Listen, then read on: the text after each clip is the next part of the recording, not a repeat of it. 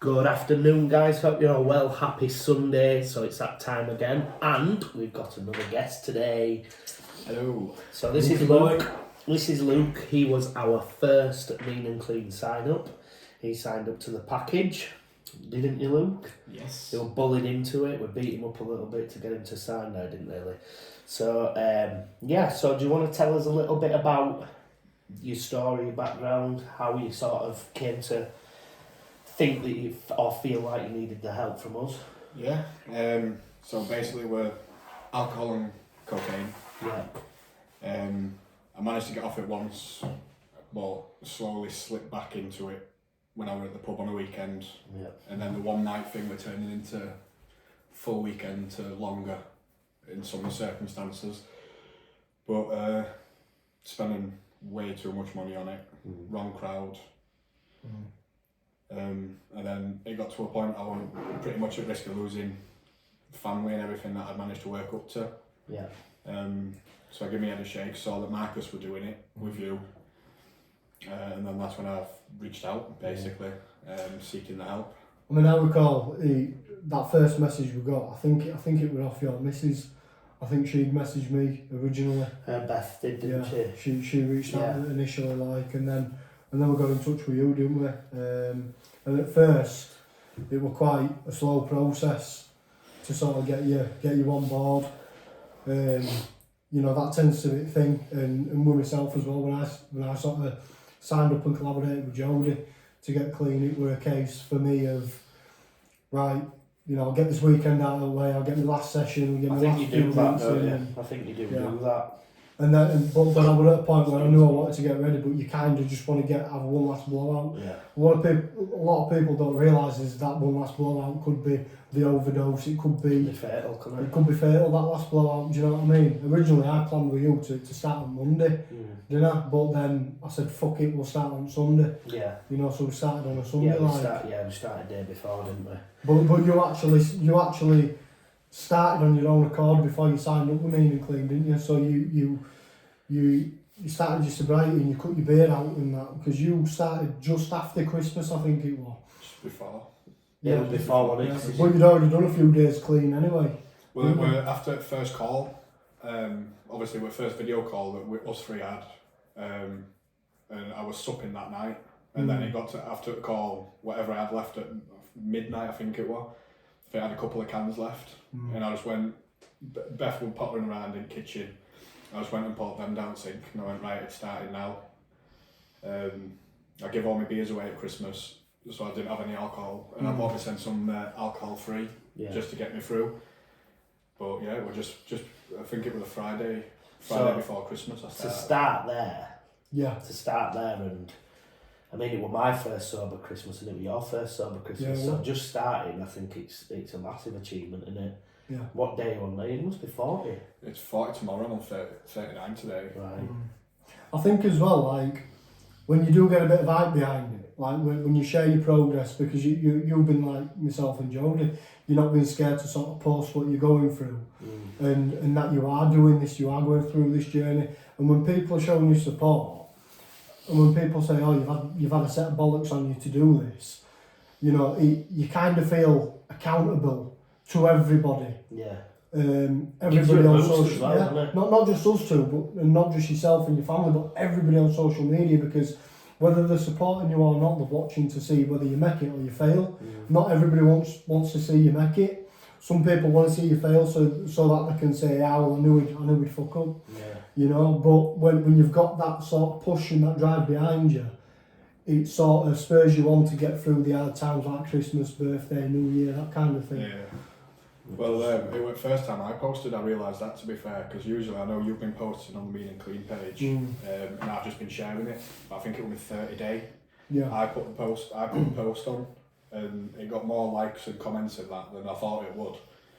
But it's people like my mum as well. I don't think they thought I'd get through it in the early stages. Yeah. So I think she was kind of like, not wanting me to fail, but expecting it. Yeah. But now that she's seen my progress, and it's the same with my dad, now that he's seen how far I'm going, staying sober and everything, they're a hell of a lot more supportive now than they were at the beginning. Well, it's that old phrase, isn't it? Actions speak louder than words. Yeah.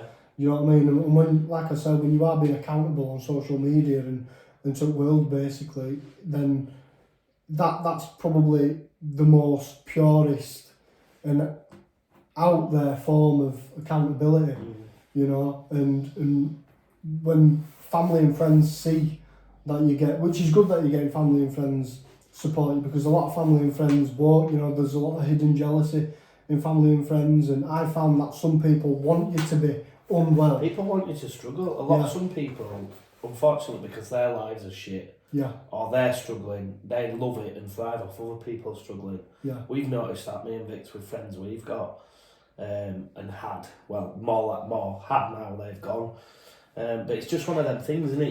You're never gonna please everybody. There's always gonna be haters, but it's how you deal with it that matters, isn't it? It is, yeah. You've got to sort of zone in and focus on ones that are there for you, for your best interests. Yeah.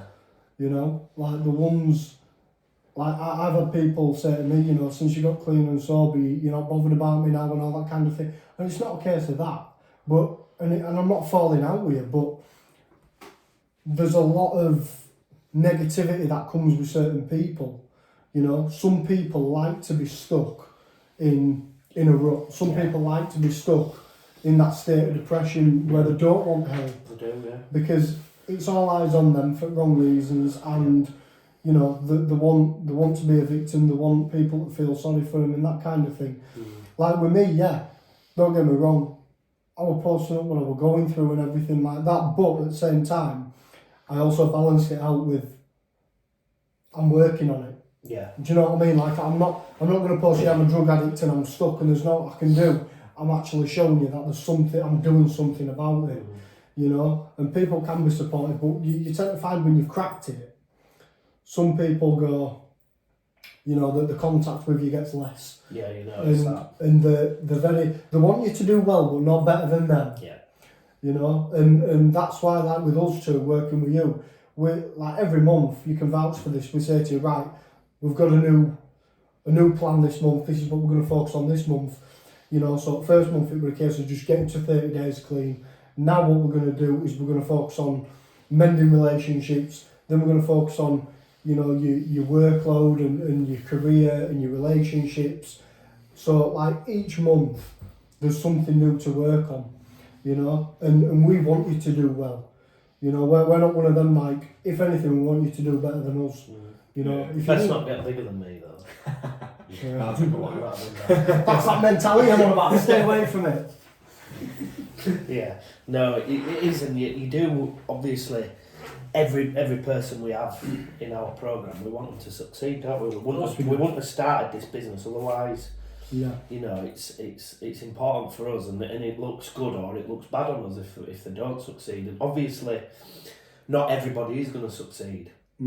Some people just haven't got it in them. They either don't want it bad enough or they just haven't got it in them. But so far... I mean, in our opinions, like, we could get some people through, you know, and after maybe first couple of weeks with them, based on their commitment levels, we can be like, look, you know, we don't think we can help this sort of level of where you're at, you know, because, so, you know, we would say, you need to consider going to a rehab centre, or you need to consider going somewhere, you know, because the Mean&Clean programmes for them people that, you know, we can work out pretty quickly whether somebody's going to commit to this. Yeah.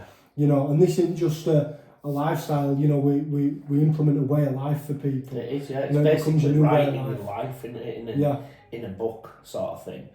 And it's pretty much we're writing your next steps to a better life, isn't it? Yeah. That's what we wanted to do, because obviously addiction, you've got to reset everything.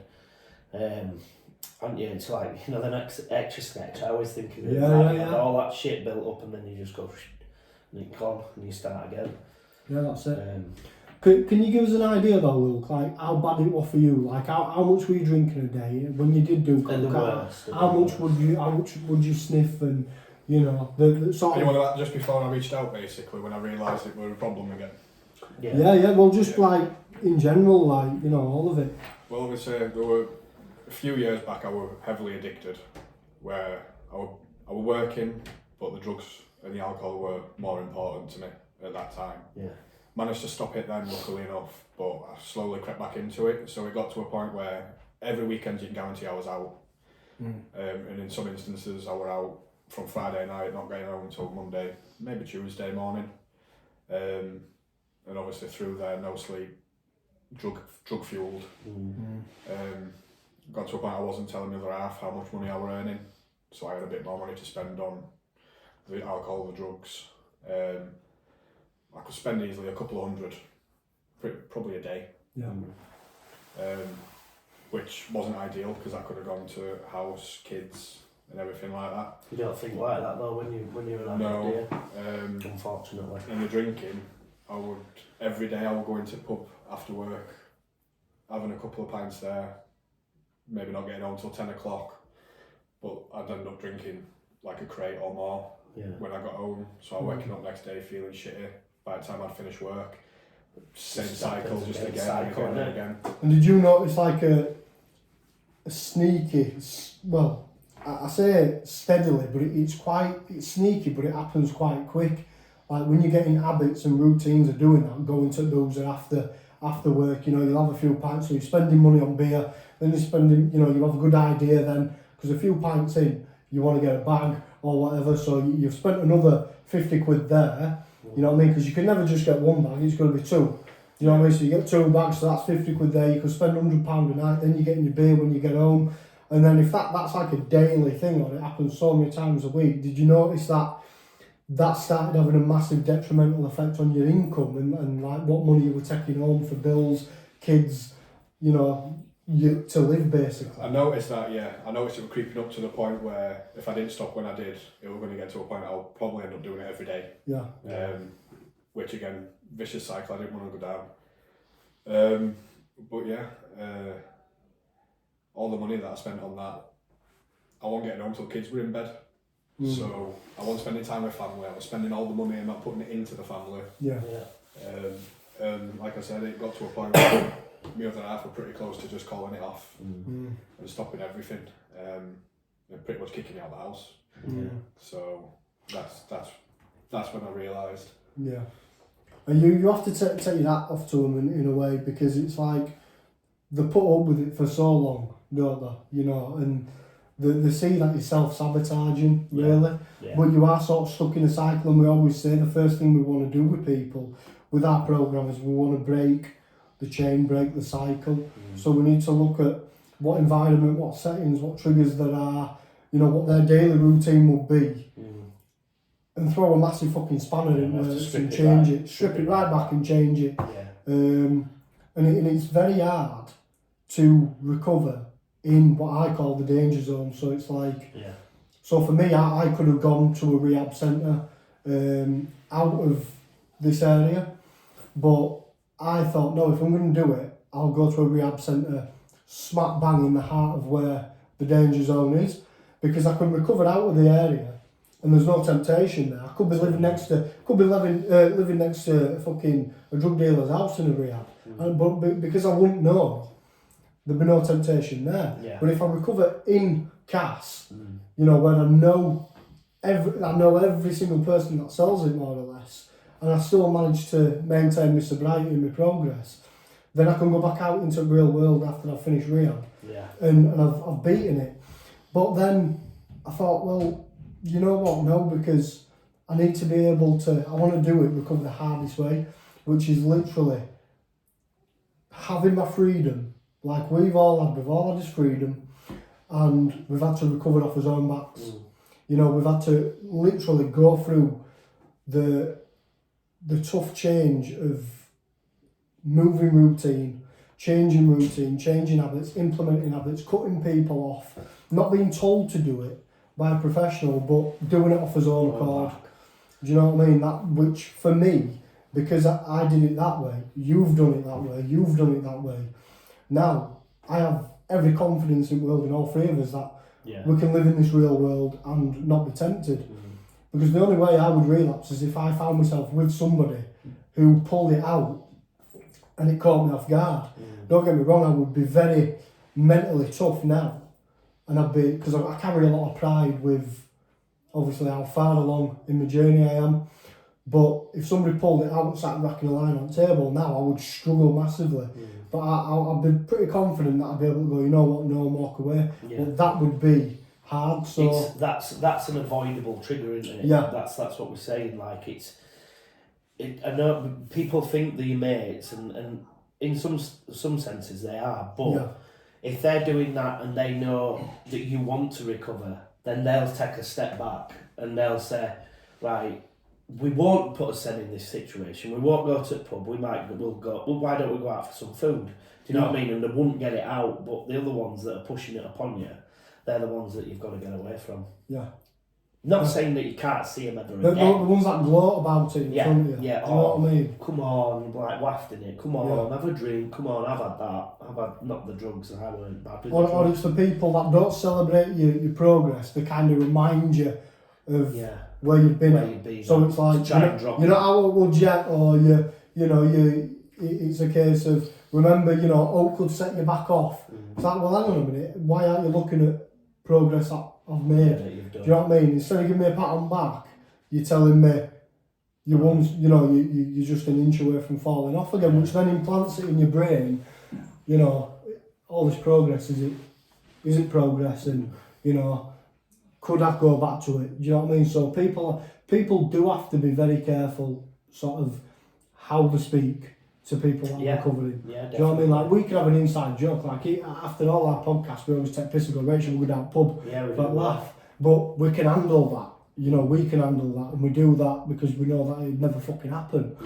Yeah. But when other people are doing it, they do it out of spite. They do it out of, they try to push you to edge and see how much you can take before you break. That's it, isn't it? Yeah. You have to be careful of them folk. That's it.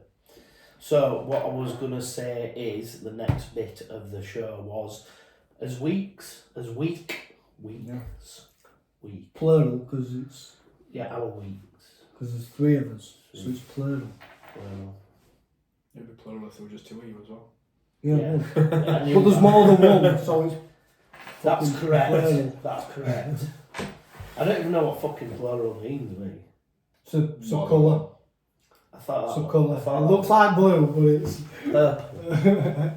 No, I don't. Anyway, yeah. So we'll start with you, Marcus. Week-wise, fucking I can't remember what I did yesterday, I mate. think you've been a bit up and down. I have been a bit up and down. I had a tough morning this morning, and I think it's how I wake up determines my day. Yeah. I think, Sorry, I'm stuck at seat. a lot of stress this week's primarily been from the kids, really.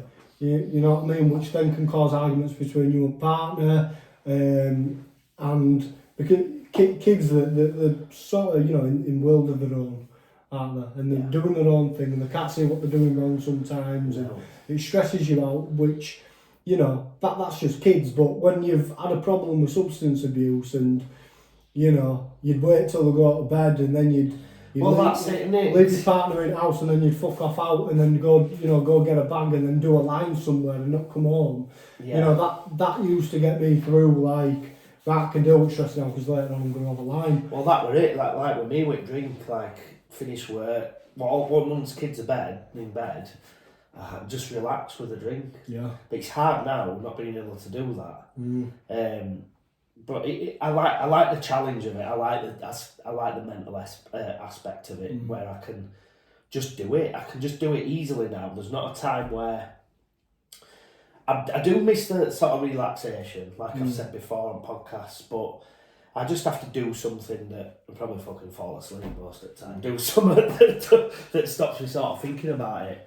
But it's one of them things, and like we said, high percentage of people after work, they'll just have a glass of wine. Just to wind down, yeah. To wind down. Wind down, play on words. Wine and dine, plural. Purple. Yeah. So you've had a mixed bag. Yeah, mixed bag triggered. But I think for me it's important that I keep telling myself, right, I need to be productive. Yeah. I have to start with gym. I have to have my cold showers. I have to do my ice bath thing. But you've been getting headaches, haven't you? Is that sort? Yeah, I was getting headaches. I kind of related them to, because what it was, I was waking up. Kids. That sounded fucking wrong, that mate. Oh yeah, sorry. That sounded wrong. Yes, it's the bloody kids that annoy you and shout and scream that give you a headache. Yeah, I do. I love kids, really. But I found with cold showers, because I was getting up straight out of bed. Yeah. And I noticed the difference in the endorphin rush when I do it 2 different ways. So if I get up and I get straight in the shower out of bed, and I put it straight to cold, it's like I've had no exposure to extreme heat, right? Which is how you're meant to do it. So you go sauna, and then like extreme cold temperatures, which has that effect on the body. Has that positive effect on the body. Cold, that triggers me. But then I'm just getting out of bed, jumping straight in a cold shower, primarily getting the water on my head, which is causing me to have like brain freeze, and then throughout the day I'll get pains in the head. Yeah. So I thought, right, what I'll start doing is more exposure to hot water on my head, with shower. So I'll go hot, clean myself, have a really hot shower, switch it to cold, which is more bearable, funnily enough. When you do that, if your body temperature's raised, isn't it? Yeah. So then you're gradually coming down, and I do it till I'm completely freezing, and I'll keep my head under for maybe 5-10 seconds at a time. Out, back to body, boom, boom, and then when I've done, I always get out and go woo, because I just feel. It feels refreshing, doesn't it? I don't do it. I don't. I'm not into that, and it's not. You can be, and you can't. It don't really matter. I know what Marcus means, and if you Google it and stuff, like loads of people have ice baths, don't they? They jump in there. They don't submerge their head. Sometimes they do. If you listen to everything, you do things and you don't do things. It's that way, isn't it? I tried it and remembered I didn't like it. Yeah. Yeah. I think I had to mentally prepare myself for it. Yeah. So for maybe 5-6 months, I toyed with the idea of doing it. But again, that's the thing of, look, I've beat drug recovery. I've beat drug addiction, right? And I'm being a little bitch about getting in a cold shower. Fuck off. You know what I mean? So I start my day by putting myself out of my comfort zone. Yeah. Which then mentally says to me, anything else that comes at me, I can deal with it. Yeah. Because I've just put my body under, like your body does go into like survival mode because it thinks it's under attack. Do you know what I mean? So it's a case of, I have to start my day with that. Get the hard shit, the physical pressure done. Yeah. It's like a gym session in the morning. Yeah, that's why I do mush camp. It's uncomfortable at 6 in the morning, but you feel so much better after it. Them endorphins. There's nothing like say a good session like we've trained legs today, and I've just trained you too, and the endorphin release is just fucking magical. Yeah. It's like now, because I didn't get a cold shower this morning, it was a case of get up, get kids ready, get out.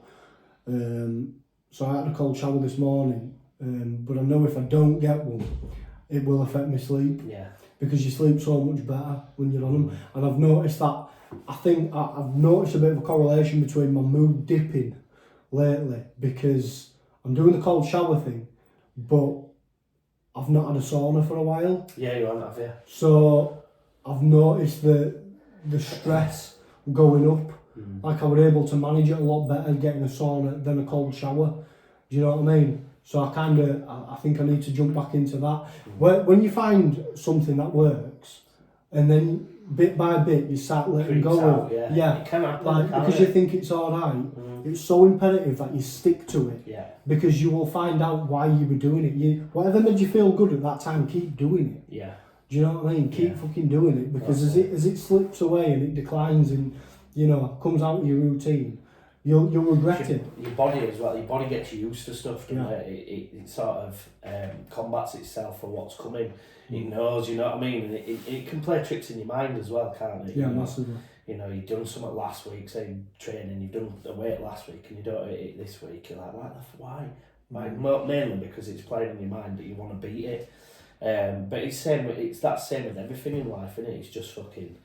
Just got to get shit done, haven't you? You've got to get shit done. So you're alright? Yeah, I'm good. I'm so sober. So how many days are you now? 73. 73 days sober. Wow. So, yeah. Come at me, bro. Come at me. Yeah, fuck. So your week, Luke? But I think because I've trained you a couple of times, and I think it's been you're quite steady away, haven't you? Yeah. Had a great week last week. It's pretty much carried on this week as well. Yeah. I've been getting up. I've been getting the kids ready for school. My other half's been taking them to school so I can get ready. Yeah. And then I've been going to work. Working till I need to. Luke's a tattooist. Yeah. So we're contemplating getting that. On back and head. On not my head. Oh. I can't afford a fucking haircut every week. Your last does yours, so I'd have to have mine on my neck. Did I last do yours then? No, because I've got a funny shaped head. I've got like a melon head at back. Mate, I've got alien head. No, you haven't. Yours is alright. Literally. Mate, right, listen, right, any UFO conspiracists or whatever you call them, Don't like if it. they saw me from behind walking through a woods, It's a right, round. they would say, E.T.'s not home. Why? Well, to be fair, I put weight on, but when I was fucking, Yeah, when you were bad. when I was cracking all that shit, mate, like it was I've got like a stuck lump out at the back like of my that. head, me, so I couldn't have a tattoo. I wouldn't have a tattoo on my head anyway. I don't. What are you thinking, back and neck? Fucking wife. Vixen's getting a tattoo on the back of his neck. She's going to see this anyway. So I hadn't actually agreed yet. You suggested. No, Back and I neck. did actually. Yeah, yeah, I did. Yeah. Sorry I interrupted your fucking week, alright. But yeah, he's a tattooist, so he's on Facebook and everything. Have you got a name for your business, or is it just Luke? It's just Tattoos by Luke at the minute. Tattoos by Luke. But Check him out. I have got a business name called Empire Inc., which is my profile picture on it. Right. But yeah, I've had a few cancellations this week, so I've lost. Get booked in. I've lost out on a bit of money there, but it's more filling that gap. So I would have had 2 hours worth of tattooing on Monday, Yeah. but I've had to fill that gap with something if I can't get a client in. So it's Something just trying positive, to yeah. trying to keep yourself busy. Yeah. Yeah. What I always suggest, like with me, with PT, and if I have cancellations, I always think of offers and stuff like something positive that in that, instead of going to the pub or whatever, I'd have gone to the shop. Normally I'd have gone to the shop and got a bottle of vodka and had that in my 2 hour gap and enjoyed it. And sat there and fucking thought about shit. So it's about finding something positive in it. And like business, when you've got your own business, we're always fucking brainstorming, aren't we? Yeah. Always thinking, what can we do, how can we progress. So yeah, we're doing okay. You have to. I think you are, and I think thing is as well, it's a consistent pattern with addicts and stuff like that. That we as people are we're persistent in chasing a goal. Yeah.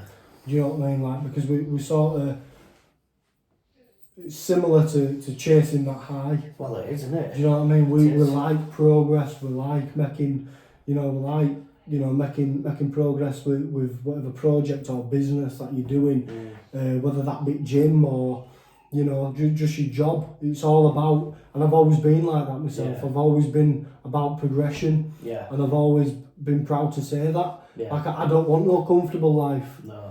I don't want no comfortable plain boring life. Well, it is now in comparison to what my life was like a year ago. But that's you wouldn't change that now, would you? No, I wouldn't. But I wouldn't change what I've been through. No. But I wouldn't go back to it because, like, I look at, I've got like another chance now. Yeah. Do you know what I mean? That's how you've got to see it as an addict. Anybody that gets clean, and that succeeds with it, you have another shot at life. Yeah. So you need to do it right. Yeah. But that's where you can't get it twisted, that there's still going to be tough times, there's still going to be temptation, it never leaves you. Temptation's never going to. Every day is a struggle. Every day you have to put that work down. You have to do it every single day. Yeah. But you have to listen to your body. You have to listen to, you have to take note of how you feel. You know what I mean? Like, I'm very good at identifying when my mind's telling me I miss it. Yeah. Yeah, because I do get them feelings sometimes that I miss it. Like I sometimes I do think, yeah, I miss having a beer, I miss having a line of sniff, all that kind of stuff. But then I just think, look how quickly, like, it's like if you skip a day at gym or you miss a meal, you feel like you're depleting. Yeah. If I did if one little fucking grain of cocaine went up my nose, yeah, to me that would be the biggest relapse ever. Yeah. And everything I've achieved and worked for so far would just be gone in that moment because of something that is tinier than an ant. It's mad, isn't it? Do you know what I mean? So it's like, you have to address them feelings. You have to know when you're feeling like that. Yeah. And be honest with yourself, because that's one big thing we promote, isn't it? Self-honesty. Yeah, you have to be honest with yourself. And like, we get a lot of interest on the weekend, don't we, when people are on it. And they know that they want to change it, and it's good that they're reaching out, but best thing to do is reach out when you're sober, innit? Or clean. Well, not clean, but you know what I mean, not under the influence. Yeah. So we get it a lot, and then we organise the consultations, and we just don't, they're not up for it. It's a thing of that, like, if, you know, some people, you know, they'll ask us, they'll say, it's whenever I'm in this place, or whenever I'm at that place, or with these certain people that I'll be doing it, I need help, something's got to change. Well, you've just identified your problem. Yeah. There, straight away. Yeah. Your problem isn't taking the drugs. That is not the problem, right? The problem is the environment and the setting where you are. It's that's the main, is the main thing. You need to take yourself away, right? You need to have the bollocks to take yourself away from them people and that setting and them triggers if you are ever going to have a good shot of getting clean. Right? I don't care if it's if it's your job, if it's your best friends, if it's your family, whoever it is, whatever it is, you need to get yourself away from that. And if you're going to point blank refuse to allow yourself to do that, get ready, because your addiction is going to get worse. Yeah. Right? The addiction will follow if you are a hardcore addict. Like, I left my social circle and all of a sudden my life went quiet, but the addiction stayed with me because I was addicted. Yeah. But I wasn't having pressure and stress from that social circle anymore. Yeah. So I had a lot of free time and a lot of headspace to focus on what I wanted to do and become. So that for me was a big highlight of, well, anybody that wants to get better. You've just told us there where it is you're doing it, how often you're doing it, who you're with. Bin it. Yeah. That's what you need to do. The people, the environment and the settings and everything, you need to get rid of that first. 100%. If you're not prepared to do that, do not reach out to us for help, because, you know, that's the first thing we'll say, isn't it? Yeah. Like, get rid of numbers, get rid of contact numbers for it. You know, we don't beat around bush with it. It's as black and white, as simple as, we're not going to put you on no reduction plan. We're going to say, get rid of dealers' numbers, get yourself out of that environment, and you better bloody commit to this, you know, because we're two people that have been through it and done it, and anybody that gives us that sob story of, I haven't got it in me, bullshit. You've got it in you. Yeah. You have got it in you. You just can't be asked to fucking do it. That's it. People fear change, don't they? Yeah. They've got the willpower to get it when they've run out and they're after one more bag. Putting all the willpower to get that extra everything, one. They'll ring everybody. They'll fucking walk probably to Wakefield and back, wherever you live. I would walk anywhere to get it. Yeah. I would do anything. Put that fucking energy into something that's productive and positive. Yeah. You're laughing, aren't you? Thing is, it's like everybody knows what they're capable of achieving. They know the greatness within them, but they'd rather just settle for mediocre, comfortable, you know, comfortability and all that kind of shit. Yeah. Where it's like, push yourself, challenge yourself every day. Like, nobody is gonna come save you, right? Nobody. I think people get shocked when they ask us, what do I do to get right?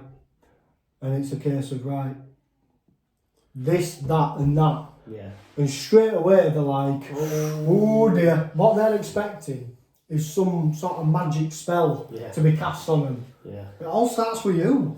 It starts with you. Gotta be. That's where it starts, and that's where it finishes. We don't get you clean, you get you clean. And for us three here, we have done the exact same things as we're preaching, basically. Yeah. We've cut down the social circle. We've took ourselves out of the challenging environments. We've changed. Well, I changed career again. You know, so and that's the only way. It's the only way, and or you're going to rehab or dead, isn't it?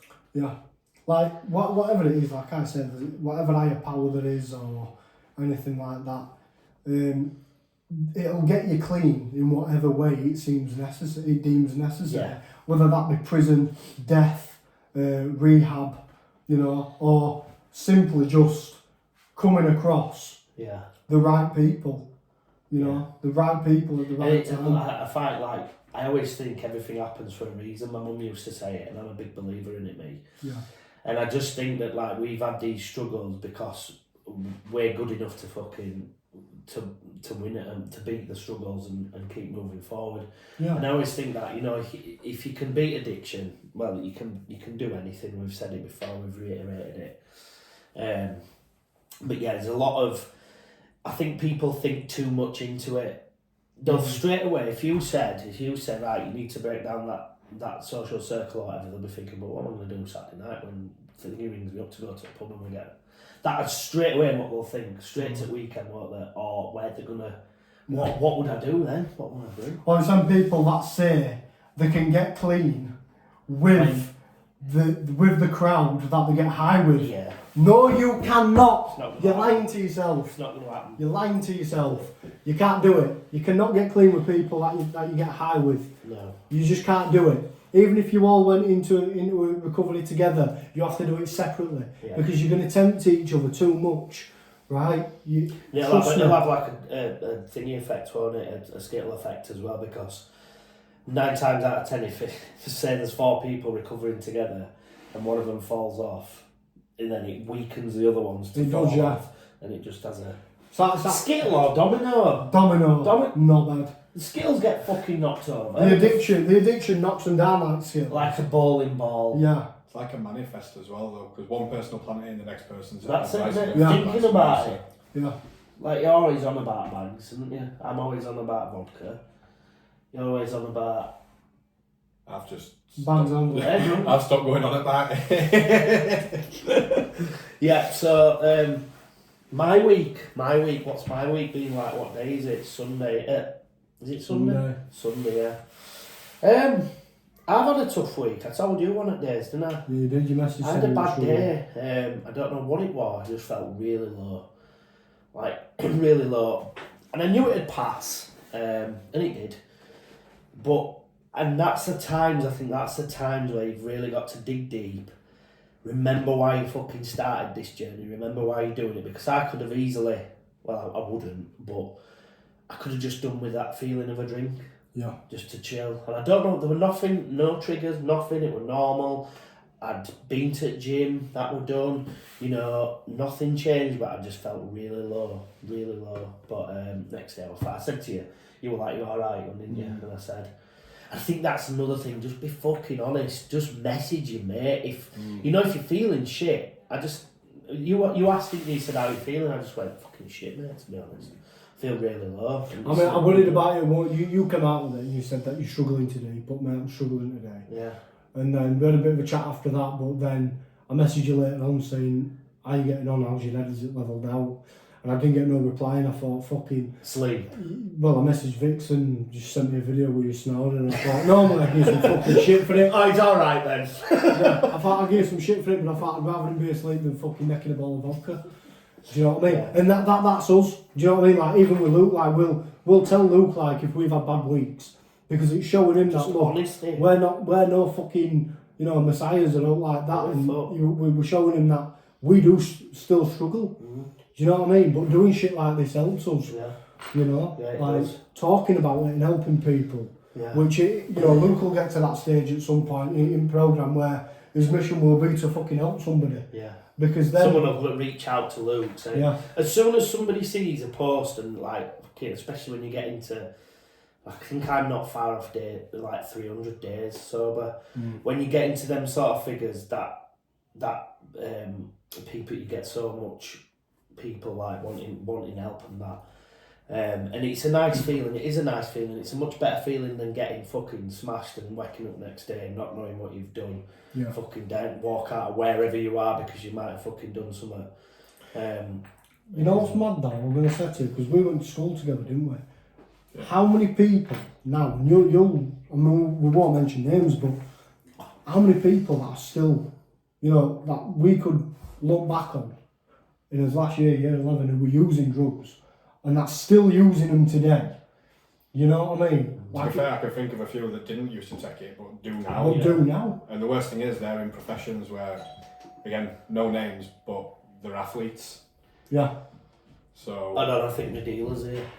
Not bad. Bigger. But no, there's a lot of people that we went to school with that are still on it, still doing it, and I'm guessing they've been like it. Well, how long has it been now? 11 years, 12 years, 13 years? Fucking hell, couldn't account to 13 years since we went to school. Don't even fucking ask. So that's a big fucking time period to still be taking. Yeah, and by this time, like I've seen it. You know, there's people I still see every now and again that were taking it from like maybe fucking what being 14-year-old, weed predominantly, and they're still taking it now, over 10 years later, and it's now. 15, they were on fucking MCAT back it's now the dark under eyes.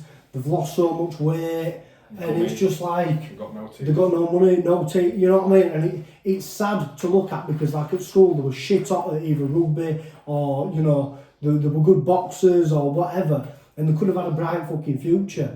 And you're just seeing them in the same boozer. You know, they've got no like all ambitions lost and everything like that. And I'll never look down on them and say, you know, I fucking want to get life and all that shit. It's sad to see, and I would gladly help anybody that I went to school with. Do you know what I mean? To get right, because at the end of the day, right, it's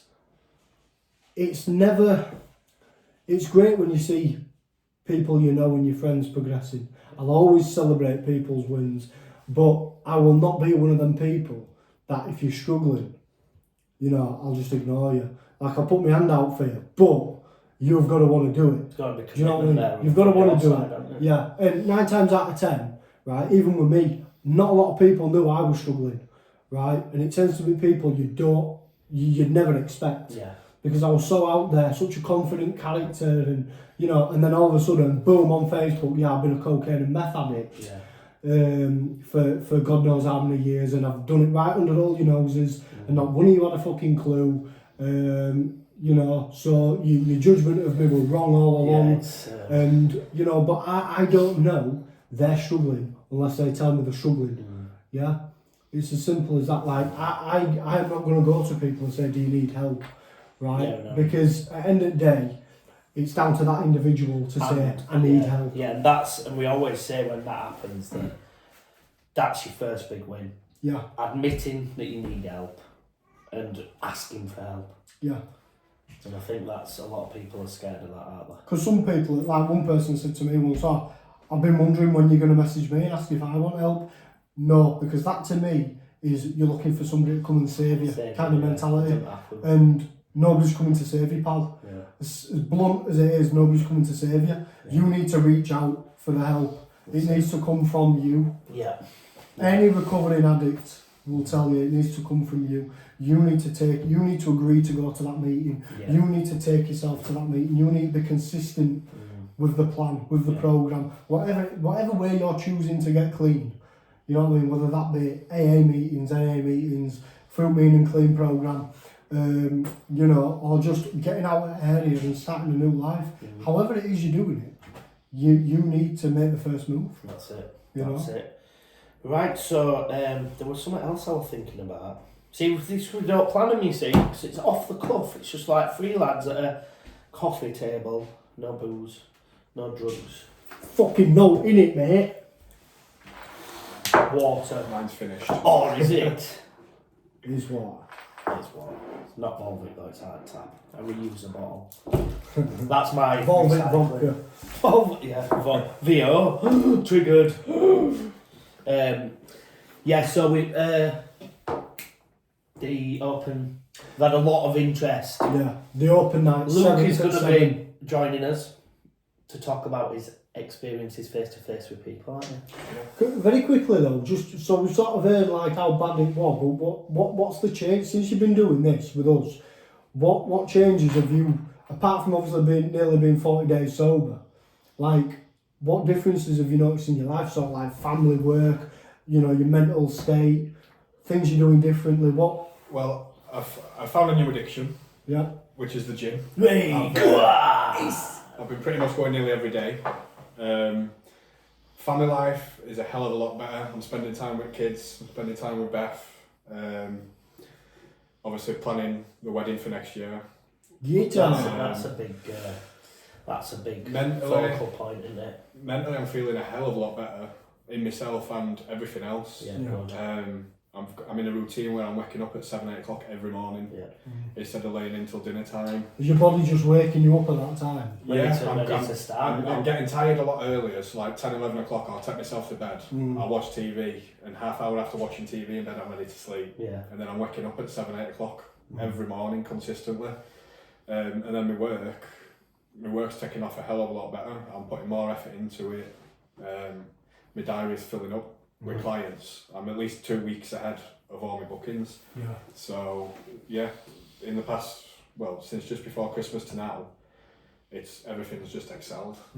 That's it. And that's just stopping drinking.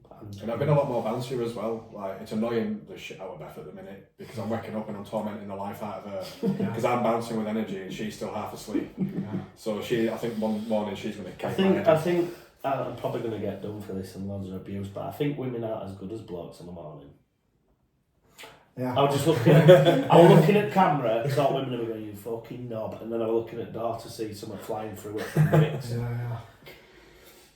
Can't get away from it. They're going to see it anyway, aren't they? They're going to see it anyway, so we're fucked in. No, I know. I think men are much more chirpy than women on the morning. But it's one of them as well, like I said, how I wake up determines my day. Right? So if you wake up and you set the tone for the day of happy, positive, that's the vibe everybody's getting. If you wake up moaning, complain, or you wake up to people moaning and complaining, that sets your tone for the day. That's why every morning to all my clients, including you two, I send something positive to read every morning now. Without fail, every single fucking day I send about 50 messages. Whether it be 5 o'clock, 7 o'clock, no later than 8 o'clock. If it's past 8 o'clock, I've probably relapsed or I'm dead somewhere. But I send it, because as soon as you look at that, and it's just somewhat simple, I just Google them and pick which ones I like. But it does help visualising something saying, get up, get fucking moving. You're one day closer to death. Get going, get on with it. You know, and it is positive. You've got to start off positive. Yeah, absolutely. Right, what did that there? 7th. So we've had a lot of interest, haven't we? Yeah. The branch clinic in Wakefield on Westgate. It's just past Theatre Royal on the left. So if you're coming down Westgate, Theatre Royal's there. The branch is there on the left. So after the left turning, you can't turn left. Oh, no, I fucking done it. Yeah, they know what I mean. If not, maps on your phone. GPS actually. Google Maps. So we're excited about that. Remember, we obviously know some people they might be a bit nervous about going and sitting with people, which I totally understand. But if that's sort of grabbed your attention and you think, I might go, well, just give us a message if that's a bit too much for you, because there's going to be a few people there. And just drop us a message and we're happy to have a free consultation and a chat with you. Because we're getting that a lot now, aren't we? And obviously, these have just landed. Bosh. You short backs, I'm stuck to the seat, mate. So these what was that? Tomato for Christy.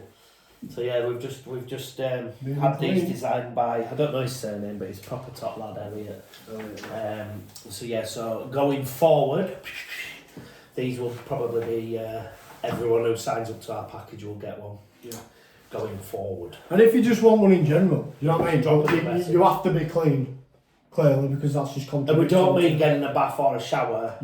But I would do that because you'll fucking stink. You don't want to stink of shit, beer and vodka and cocaine. Does cocaine smell? When you sweat, it can.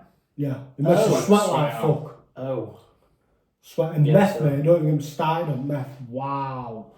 It's like you're constantly in a sauna.